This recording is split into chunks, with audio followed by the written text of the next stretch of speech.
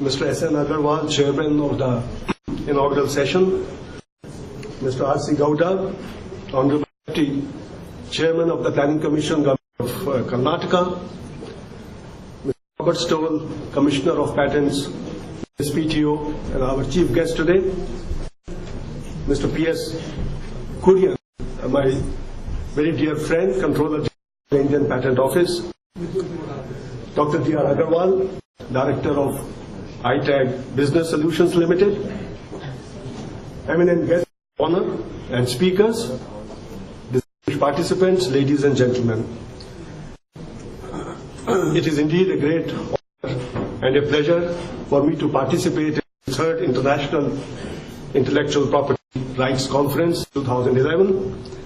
And let me first of all convey my deep sense of gratitude to Dr. Agarwal and his partners and sponsors for inviting me to this important forum. It is only appropriate that the theme of this conference is innovation, the key to empowerment and growth. It is appropriate because India is striving to be the lead knowledge economy in the world. It has already taken a number of very important steps and crossed a number of important milestones, but it also has miles to go. And that is why the President of India, as you recall, has dedicated the present decade as the decade of innovation.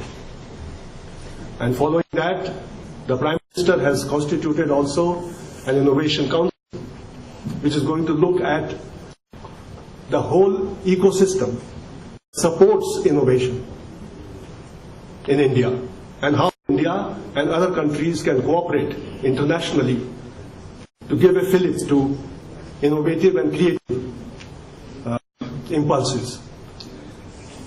Years back, I recall, there was a similar initiative which is actually already bearing fruit, which was to set up an innovation foundation and a fund which was to encourage grassroots innovations.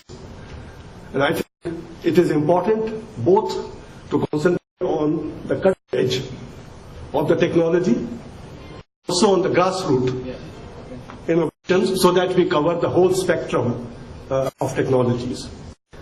But let me also say that I am so delighted to have this opportunity again to meet Mr. Robert Stoll, the Commissioner of Patents, with whom I have had the privilege as a WIPO representative of forging extremely cordial and fruitful collaboration between USPTO and WIPO for extending technical assistance for capacity building in a large number of developing countries, including China, India, the ASEAN countries and the SAARC countries.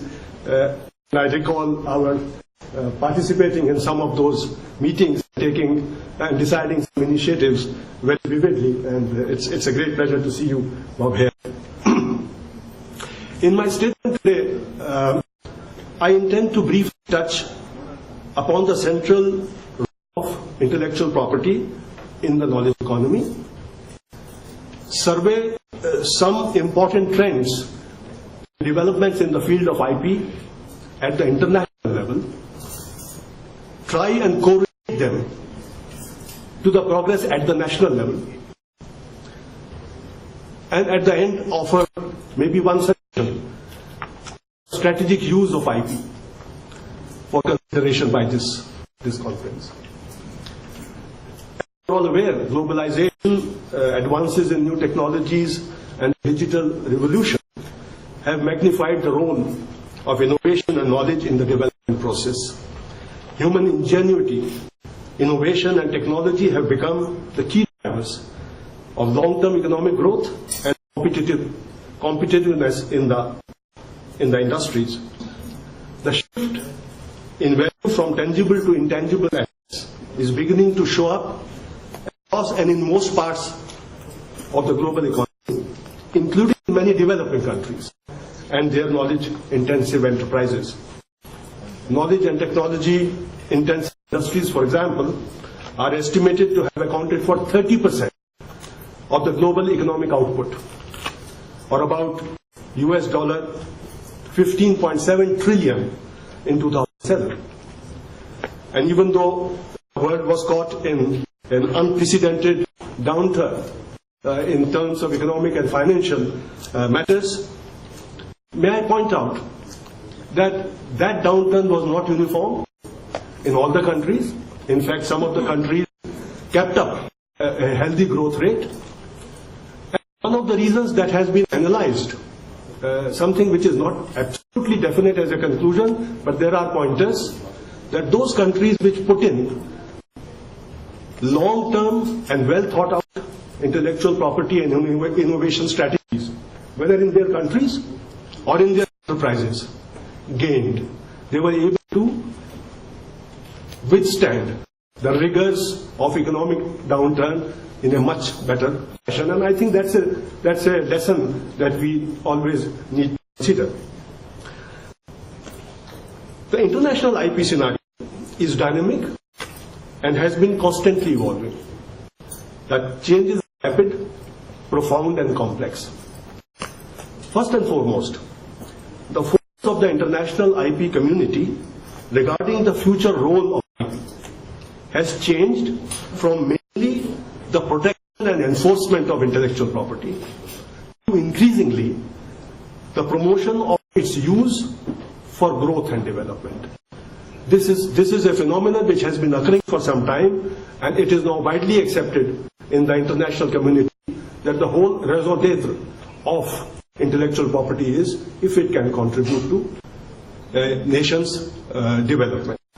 The adoption of the development agenda in WIPO by 184 member countries is a testimony to the commitment of the international community to promote the evolution of an intellectual property architecture that addresses the needs and concerns of all countries in a balanced, effective manner.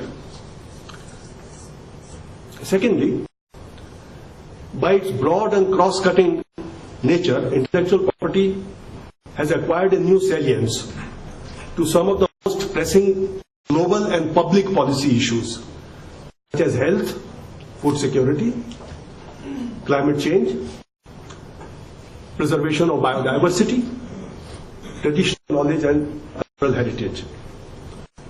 Discussions are going on in various international fora to find solutions and to move ahead on intellectual property implications in these areas. But let me point out that the resolve of the intellectual property community can be gauged by the fact, and sometimes this community is criticized as being very self-centered and one-sided. But when it comes to urgent public policy concerns, it can rise to the occasion and deliver appropriate solutions. And I point to the ministerial declaration of Doha. The international community was able to come to a solution and say that as far as health is concerned, we will have a dispensation. And not only that, not only a declaration, it is the only amendment of the TRIPS agreement. And so it is also important to know that whereas there are opponents of or critics of intellectual property who say that this is one-sided, the international community over the years has shown that it can also rise to the occasions to find the appropriate solutions. And I draw a particular attention to the discussions which are going on for the promotion and development of traditional knowledge, traditional cultural expressions, and access to genetic resources. And now the text-based negotiations are going on in